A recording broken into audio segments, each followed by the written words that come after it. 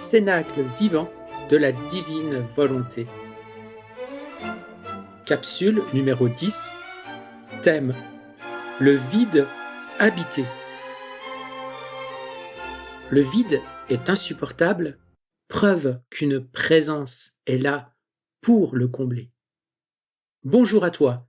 Cette capsule du temps des fêtes, elle date de décembre 2015, est différente des autres par son langage parfois enfantin, ce qui t'obligera à aller au-delà des mots. Les grands-parents pourront s'approprier les histoires de Noël pour les raconter à leurs petits-enfants. Nota bene, le thème de cette capsule a été emprunté d'un livre du père Yves Girard, Le vide habité. Première section, le mystère de Noël. Ce petit enfant de Bethléem qui cherche un refuge dans nos cœurs, c'est cela le royaume de Dieu. Cette faiblesse divine, mystérieuse, qui attend notre oui, il est semblable, dit Jésus, à une perle de grand prix. Il faut tout vendre pour l'acheter, c'est-à-dire lâcher tout ce qui nous sépare de Dieu. Tu vois, cette découverte, aussi merveilleuse qu'une perle rare, provoque une réaction spontanée, celle de tout laisser pour s'attacher à ce trésor. Il n'y a plus que ce trésor qui est important. Jésus dit à Louisa, lorsque l'âme est détachée de tout, elle trouve Dieu en toutes choses. Tome 6, 28 juillet 1904. Donc, pour découvrir le royaume, il faut se dépouiller de tout ce qui peut nous encombrer. Il faut donc dilater, élargir notre capacité d'aimer. Dilater jusqu'à ce que nous soyons toutes pleines de la vie de Dieu pour l'accueillir au plus intime de nous-mêmes, afin que cette perle resplendisse d'une beauté éternelle. En présence de la beauté, sois attentif à une voix qui chuchote au-dedans. C'est de toi qu'il s'agit. Si Jésus parle souvent du royaume des cieux, c'est que la famille de Dieu est un royaume où Dieu, notre Père céleste, est roi et où tous les humains sont ses enfants. Autrement dit, le ciel, c'est un royaume à la tête duquel il y a un roi.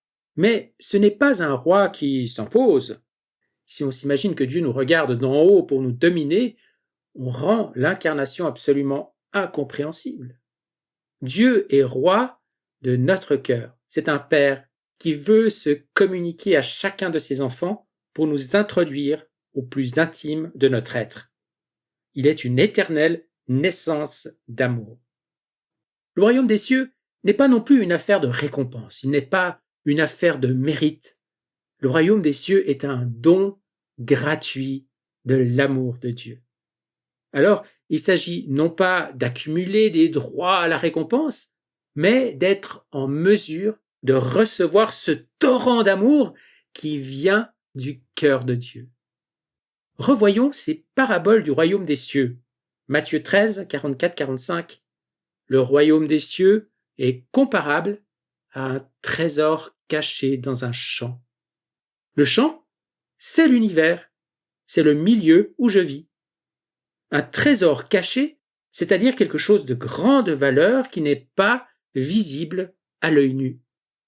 Je dois le chercher avec mon cœur si je veux le découvrir.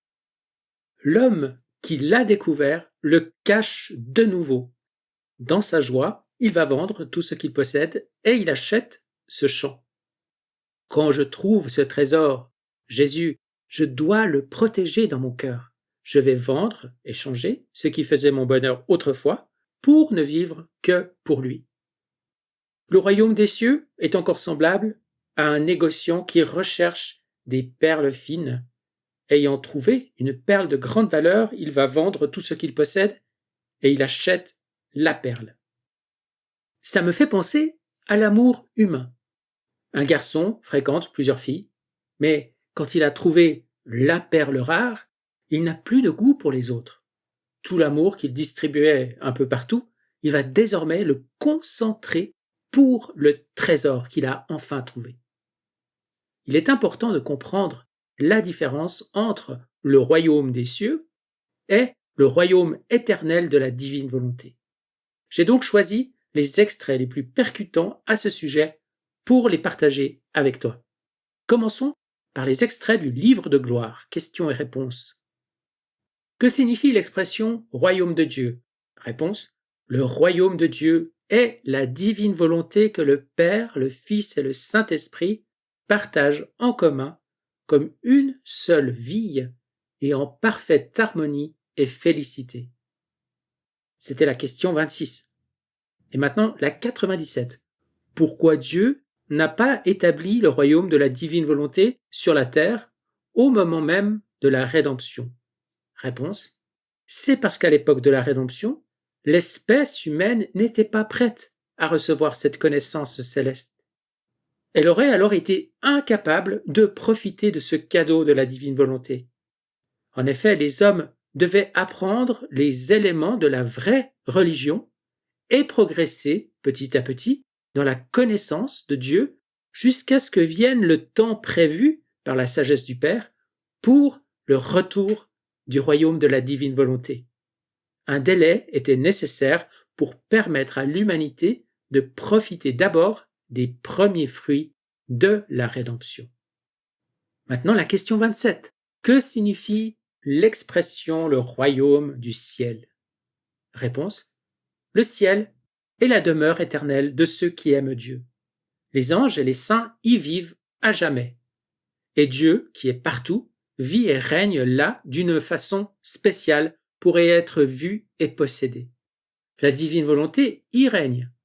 Ainsi donc le royaume du ciel est le royaume de la divine volonté qui s'étendra sur la terre pendant l'ère du troisième fiat. Jésus a commencé par établir l'Église catholique et les effets premiers de la rédemption afin de préparer les hommes à réintégrer le royaume de la divine volonté. Quand on dit « que ton règne vienne », sous-entendu dans le futur, c'est le règne de la divine volonté. Et maintenant, important, Jésus lui-même donne sa définition du royaume dans le livre du ciel. Pilate me dit « Tu es donc roi, où est ton royaume ?» J'ai voulu lui donner une autre leçon sublime en disant « Oui, je suis roi ». Par cette réponse, j'ai voulu lui dire « Sais-tu ce qu'est mon royaume? Ce sont mes souffrances, mon sang et mes vertus. Mon royaume n'est pas en dehors de moi, mais en moi. Ce que l'on possède en dehors de soi ne peut être ni un vrai royaume, ni un véritable empire, parce que ce qui est à l'extérieur de l'homme peut être perdu, et il sera forcé de le laisser, tandis que ce qui est à l'intérieur de l'homme ne peut être enlevé. Sa possession est éternelle. C'est un extrait du Livre du ciel au tome 15, le 5 juillet 1923. Nous entendons souvent l'expression « le royaume de Dieu » s'appliquant à l'Église catholique. Que signifient ces mots en ce sens? C'est la question 28 du Livre de gloire. En ce sens, l'expression « le royaume de Dieu » signifie le royaume fondé par Dieu, résultant de la rédemption, en lequel le royaume incréé et éternel de la divine volonté déverse de nombreuses grâces et bénédictions pour le salut des hommes et leur sanctification. La mission du Saint-Esprit, la sanctification, sera entière et toute divine dans l'Église renouvelée durant l'ère de la sainteté divine qui vient. Renouveau dans le monde. Louisa demande: comment les créatures peuvent-elles jamais se disposer elles-mêmes à mériter de recevoir un royaume si saint? Et Jésus lui répond: c'est l'homme qui a rejeté avec sa propre volonté mon royaume, sa dot, son héritage et la substance de son bonheur. Or, tout comme dans la création, mon amour déborde fortement, et le royaume de ma volonté a décidé qu'il veut sa vie au milieu des créatures. Et ainsi, déployant généreusement, sans regarder à leur mérite, avec une insurpassable magnanimité, ma volonté veut de nouveau donner son royaume. Elle veut seulement que les créatures la connaissent et connaissent ses biens, pour qu'en les connaissant, elles désirent ardemment et veulent le royaume de sainteté, de lumière et de bonheur. Voici donc la nécessité de ces connaissances. Si un bien n'est pas connu, il n'est pas voulu ni aimé. C'est pourquoi ces connaissances seront les messagères, les avant-coureurs qui annonceront mon royaume. Mes connaissances au sujet de mon fiat seront, à un moment, comme des soleils, à un autre, des tonnerres, à un autre, des explosions de lumière, ou encore des vents impétueux qui attireront l'attention des savants et des ignorants, des bons et même des mauvais, et qui, comme des éclairs, tomberont dans leur cœur, et avec une force irrésistible, les renverseront pour les relever dans le bien des connaissances acquises. Ces connaissances formeront le véritable renouveau dans le monde. Elles assumeront toutes les attitudes pour séduire et conquérir les créatures. À un moment donné, elles se présenteront elles-mêmes comme pacificatrices, qui veulent le baiser des créatures pour leur donner le leur, afin d'oublier le passé et se souvenir seulement de s'aimer les uns les autres et de se rendre mutuellement heureux. C'est un extrait du Livre du ciel au tome 23, le 30 octobre 1927. Deuxième section. Parabole du royaume de la divine volonté. Voici maintenant mon interprétation, sous toute réserve, de la parole du royaume éternel de la divine volonté. Le trésor caché de la divine volonté est comparable à un immense diamant, un diamant spirituel qui a été taillé avec le cœur de Dieu, qui recouvre l'univers entier avec son arc-en-ciel de couleurs. Un diamant qui vaut bien plus que tous les autres diamants. Un diamant d'une luminosité scintillante, éblouissante, d'une beauté céleste unique en son genre. Le plus beau diamant de tout l'univers et de tous les temps. Peux-tu croire que ce diamant rare est en toi? N'oublie pas, ce qui est déjà en toi s'est accompli sans toi. Maintenant, supposons que ce diamant-là soit enfermé, caché, scellé dans une boîte en carton. Mais on ne le sait pas. Ça ne donne pas grand-chose. En général, l'être humain ne sait pas qu'il a à l'intérieur de lui le plus beau diamant au monde. Habituellement, tout ce qu'il connaît de lui-même, c'est son extérieur, sa surface, son petit moi, sa boîte en carton. Sa préoccupation première est sa boîte en carton, c'est ça qui l'occupe à journée longue. Son obsession, c'est d'embellir sa boîte, la décorer, la peinturer, etc. Il y en a d'autres qui vont l'éplucher de tous les côtés, ils vont l'analyser. Tout ce qui les intéresse, c'est ce qu'ils voient, ce qu'ils touchent, ça, c'est du concret, c'est une boîte en carton bien emballée. Plus que ça, leur plus grande préoccupation, c'est de comparer leur boîte avec celle des autres. La mienne est bien plus belle que la tienne. Elle est bien plus grande et beaucoup mieux décorée. J'ai mis des dorures à chaque coin, etc. Ce qu'il faut comprendre, c'est qu'au fur et à mesure que mon carton va se défaire, que je vais m'éveiller graduellement à l'essentiel, je découvrirai alors une grande vérité, que je suis bien-aimé de Dieu, de l'amour en personne. Et le propre de l'amour, c'est d'enfanter. Et plus que ça, c'est d'être enfanté à son tour. Dieu, l'amour en personne, veut être enfanté par nous autres. Ça n'a pas d'allure. Nous autres, qui n'avons pas d'allure, eh bien, c'est ça l'amour. Il nous fait confiance à ce point-là. Au niveau spirituel, c'est un double enfantement. J'ai à être enfanté dans l'amour et j'ai à enfanter l'amour aussi. On est enceint de l'amour, on le porte l'amour. Et le drame, c'est de ne pas le savoir. C'est pour ça que plusieurs vivotent en surface. Le plus noble désir de Dieu est d'engendrer. Il n'est pas satisfait avant d'avoir engendré son Fils en nous. De même, l'âme n'est jamais satisfaite si le Fils de Dieu ne naît pas en elle. Approfondir que je suis la bien-aimée, le bien-aimé de Dieu. Ça, c'est libérateur. Ça vient me chercher. Et la première conséquence de cette découverte, c'est que tout le reste est secondaire.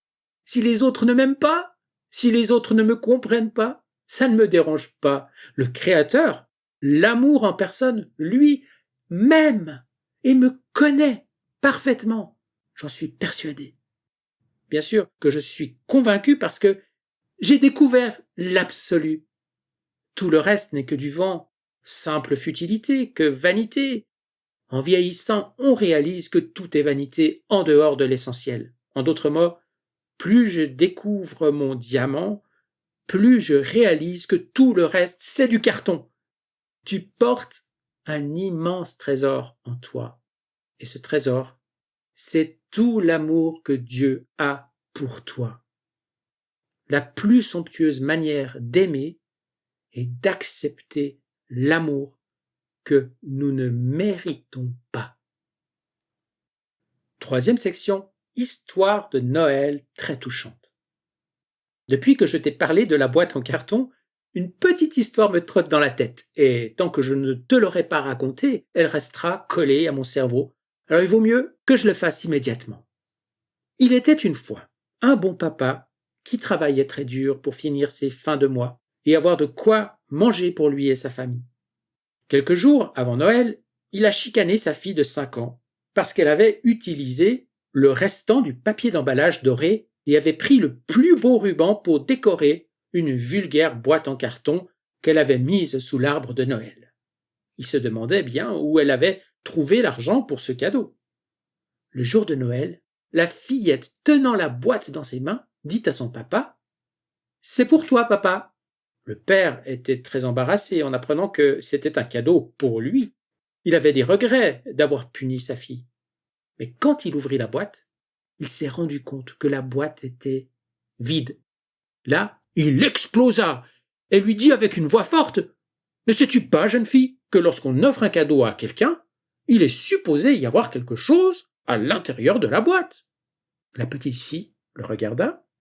Des larmes coulèrent sur ses petites joues et elle dit avec un filet de voix « Papa, la boîte n'est pas vide. Je l'ai remplie de bisous d'amour. » Le père craqua et se mit à genoux et la serra très fort dans ses bras et il lui demanda pardon pour sa colère ridicule. Pour le restant de sa vie, dès que le père avait des problèmes ou des difficultés, il ouvrait la boîte en carton et imaginait tous les baisers de sa fille. Ce geste lui permettait de se rappeler de l'amour inconditionnel que sa fille lui portait. L'amour inconditionnel, c'est donner sans attendre en retour.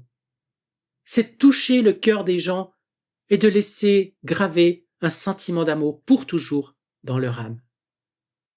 Qu'allez-vous faire aujourd'hui pour graver votre amour inconditionnel dans le cœur de vos proches?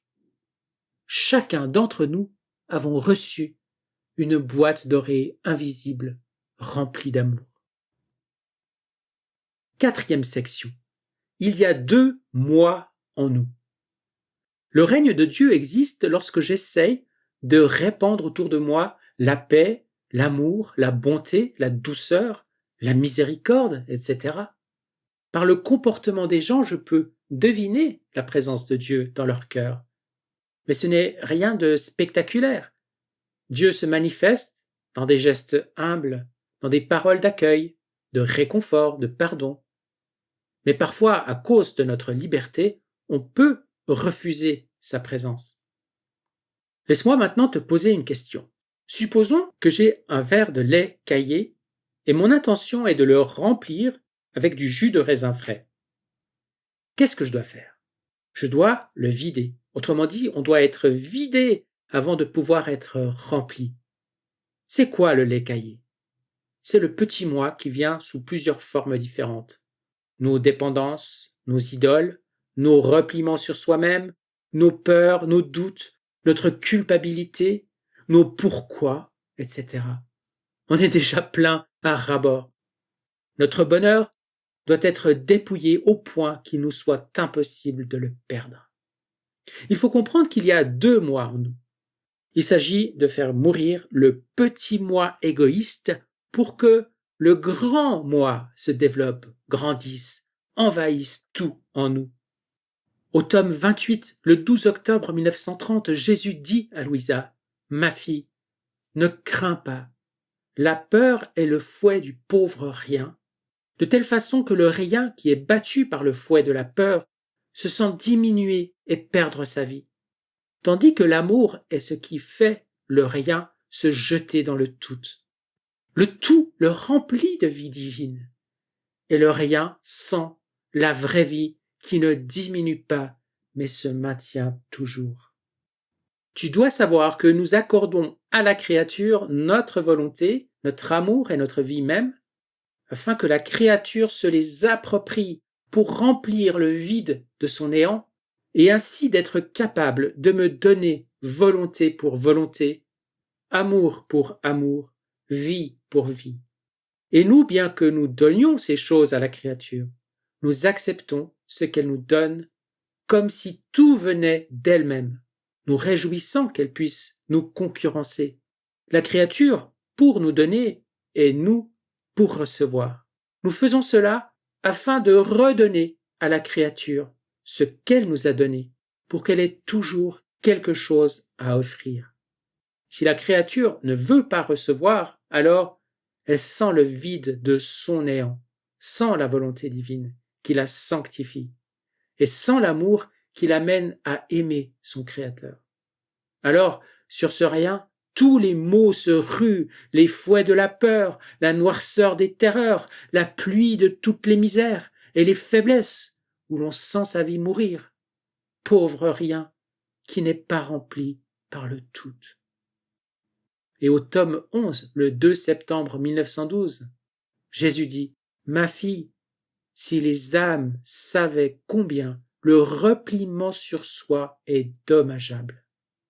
Plus une âme se regarde, plus elle devient humaine, et plus elle ressent ses misères et devient misérable.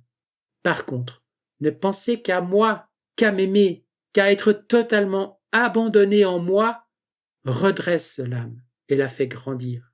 Plus l'âme me regarde, plus elle devient divine. Plus elle médite sur moi, plus elle se sent riche, forte et courageuse. » Le vide de l'âme. Au tome 15, le 6 juin 1923, Jésus dit « Ma fille, le signe qu'il n'y a aucun mal dans une âme est qu'elle est complètement remplie de Dieu. C'est que tout ce qui lui arrive de l'intérieur ou de l'extérieur ne lui apporte aucun plaisir. Son seul plaisir est de moi et en moi. Cela est vrai non seulement en ce qui a trait aux choses profanes, mais également aux choses saintes, aux personnes pieuses, aux cérémonies religieuses, à la musique, etc. Pour cette âme, toutes ces choses sont froides, indifférentes et semblent ne pas lui appartenir. La raison pour cela est très simple. Si l'âme est complètement remplie de moi, elle est remplie de mes plaisirs. Les autres plaisirs ne trouvent pas de place pour s'insérer. Si beaux soient-ils, l'âme n'est pas attirée par eux. Ils semblent morts pour elle. Par contre, l'âme qui n'est pas à moi est vide. Elle est dans un cycle continuel de plaisir et de déplaisir. Comme les plaisirs qui ne proviennent pas de moi ne durent pas et se transforment souvent en tristesse, l'âme est heureuse à un moment et triste au moment d'après. À un moment, elle est affable et au moment d'après, repliée sur elle-même. C'est le vide de l'âme qui cause ces variations et ces changements d'humeur. On peut lire la suite, je répète la référence, tome 15, le 6 juin 1923.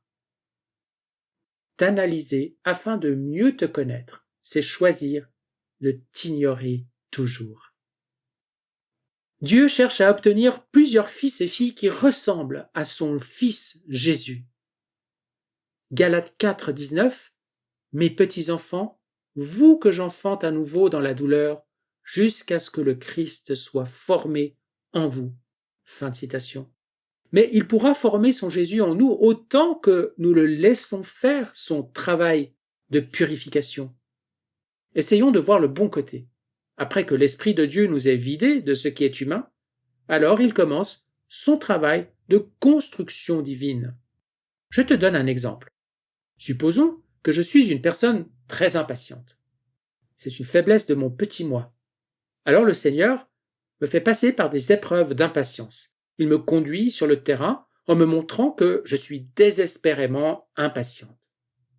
Si j'accepte ce dépouillement, si j'accepte dans l'amour cette petite croix, alors la résurrection peut maintenant opérer en moi. Jésus a suffisamment d'espace pour former sa patience en moi.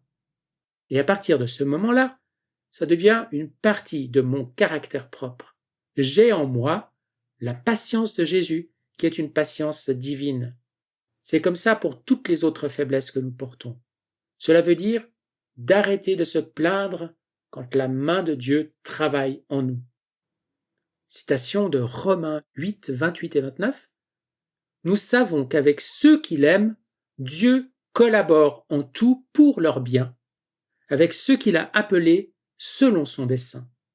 Car ceux que d'avance il a discernés, il les a aussi prédestinés à reproduire l'image de son Fils, afin qu'il soit l'aîné d'une multitude de frères. 5e partie, l'arc-en-ciel de la famille de Dieu. Donc, la perle rare, la perle de grand prix, c'est chacun et chacune de nous avec sa propre couleur originale et sans égale dans toute la création. La grande famille de Dieu, la grande famille de l'amour en personne, c'est tous les êtres humains qui ont existé, qui existent et qui existeront. Il n'y en a pas un qui est rejeté. On peut s'exclure, les autres peuvent nous exclure, mais lui, il n'en exclut pas. Sa famille, c'est sa famille, la grande famille de Dieu. Elle est comparable à un immense et splendide arc-en-ciel. On donne souvent cet exemple-là. Toutes les couleurs sont belles dans l'arc-en-ciel. Chacune est unique, chacune est importante, très importante, parce que s'il en manque une, il n'y a plus d'arc-en-ciel. Comme de la mosaïque, s'il manque un petit carreau, ça défigure tout. Chaque couleur est essentielle. Ça prend toutes les couleurs pour faire un arc-en-ciel.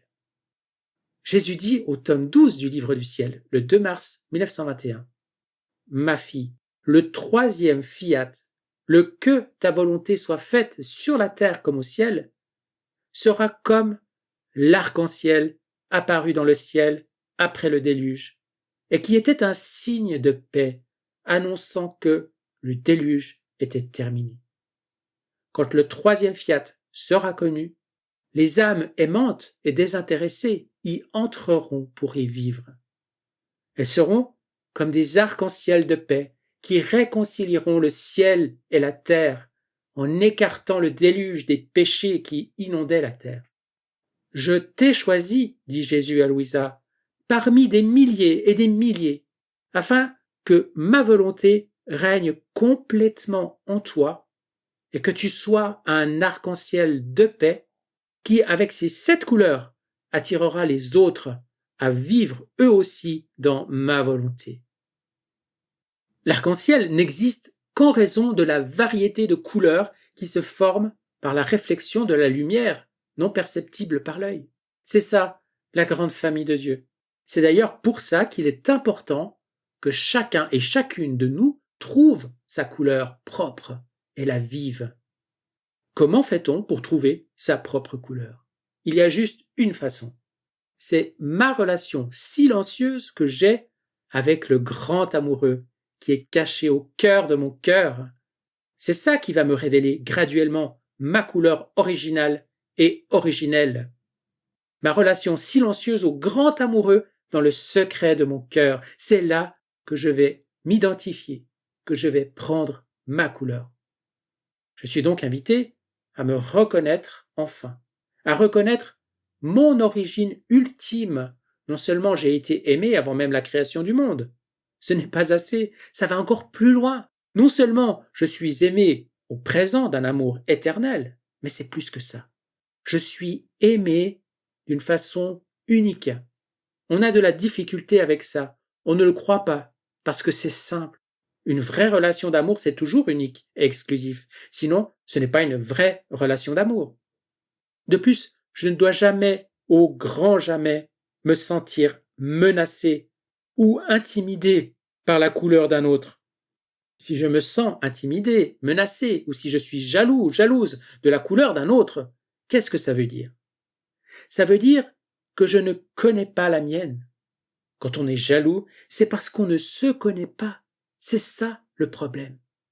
Je ne dois surtout pas essayer de devenir la couleur de l'autre. Ça serait catastrophique. Si les teintes de bleu veulent devenir rouges et les jaunes veulent devenir vertes, ça ne prendra pas de temps que ça fera un méli-mélo de couleurs. Ou si tout le monde veut avoir la même couleur, il n'y aura plus d'arc-en-ciel. Ma couleur unique et originale est donc essentielle pour que l'arc-en-ciel soit complet et total. Pour l'instant, il manque toujours une couleur à l'arc-en-ciel. Sais-tu laquelle? La tienne! Encore une fois, un cœur bien disposé, un cœur qui reste ouvert à l'amour, découvre au fond de lui-même sa couleur personnelle et éternelle, qui est la source de son bonheur. C'est ça le ciel, découvrir sa couleur, celle que tu possèdes depuis toujours, ta couleur divine. Livre du ciel, tome 12, le 12 mars 1921, Louisa dit « Jésus, ma vie, si les âmes qui vivront dans ta volonté seront des arcs-en-ciel de paix, quelles seront leurs couleurs? Toute bonté, il me dit.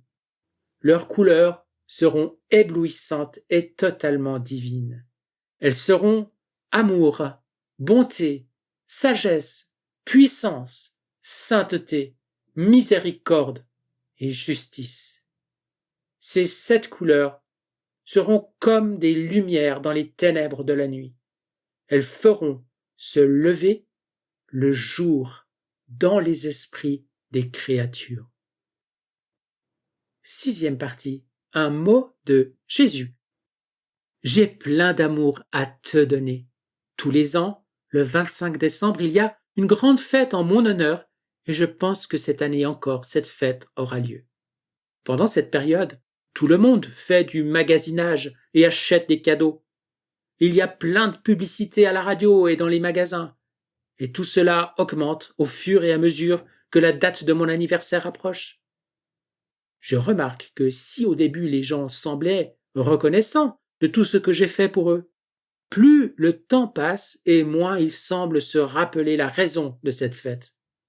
Les familles et les amis se rassemblent pour s'amuser, mais ils ne connaissent pas le sens de la fête de mon anniversaire. Je me souviens que l'année dernière, il y avait un grand banquet en mon honneur. La table de la salle à manger était remplie de gâteaux, de fruits et de chocolat. La décoration était superbe, et il y avait beaucoup de cadeaux emballés de manière très spéciale. Mais vous savez quoi? Je n'étais pas invité. J'étais en théorie l'invité d'honneur, mais personne ne s'est rappelé de moi et ils ne m'ont pas envoyé d'invitation. La fête était en mon honneur, mais quand ce grand jour est arrivé, on m'a laissé dehors et ils m'ont fermé la porte au nez. Pourtant, je voulais bien être avec eux et partager leur table. En réalité, je n'étais pas surpris de ça, parce que, depuis quelques années, toutes les portes se referment devant moi. Comme je n'étais pas invité, j'ai décidé de me joindre à la fête sans faire de bruit, sans me faire remarquer. Je me suis mis dans un coin et j'ai observé. Tout le monde buvait. Certains étaient ivres. Ils faisaient des farces, riaient à propos de tout. Pour couronner le tout, ce gros bonhomme à la barbe blanche est arrivé vêtu de rouge et il criait sans arrêt « Ho, ho, ho !» Il s'est assis sur le sofa et tous les enfants ont couru autour de lui criant « Père Noël, Père Noël, Père Noël !» comme si la fête était en son honneur. À minuit, tout le monde a commencé à s'embrasser. J'ai ouvert mes bras et j'ai attendu que quelqu'un vienne me serrer dans ses bras. Et tu sais quoi? Personne n'est venu à moi. Soudain, ils se sont tous mis à s'échanger des cadeaux. Ils les ont ouverts un par un, et quand tout a été déballé, j'ai regardé pour voir si, peut-être, un cadeau était resté pour moi? Qu'aurais-tu ressenti, toi, si le jour de ton anniversaire, tout le monde s'échangeait des cadeaux et que tu n'en recevais aucun? Tu aurais été triste, n'est-ce pas? C'est la même chose pour moi. Et lorsque j'ai compris que je n'étais pas désiré à cette fête, je suis parti silencieusement. Tous les ans, les gens se rappellent seulement des cadeaux qu'ils ont reçus, de ce qu'ils ont bu et mangé, et plus personne ne pense à moi. Cette année, pour la fête de Noël, j'aimerais que tu me laisses rentrer chez toi dans ton petit cœur. Je souhaite que tu te rappelles qu'il y a plus de 2000 ans, je suis venu au monde dans le but de donner ma vie pour toi, spécialement pour toi, mon enfant, pour te sauver. Aujourd'hui, je souhaite seulement que tu y crois de tout ton cœur. Je t'aime tant. Je t'attends, mon trésor. Ce serait merveilleux si Noël s'étirait sur toute l'année. Faire naître Jésus, non seulement dans la crèche ou sous le sapin, mais surtout chaque jour dans ton cœur et aussi dans le cœur des autres, comme ce serait une belle fête d'amour. Joyeux Noël dans la miséricorde de Dieu. Je nous souhaite une naissance perpétuelle de Jésus dans nos cœurs, que l'amour des autres nous accompagne chaque jour, que nous soyons des artisans de paix à longueur d'année. Et alors, ça sera Noël chaque jour. Que Dieu vous bénisse abondamment. Fiat. Nicole Boulanger.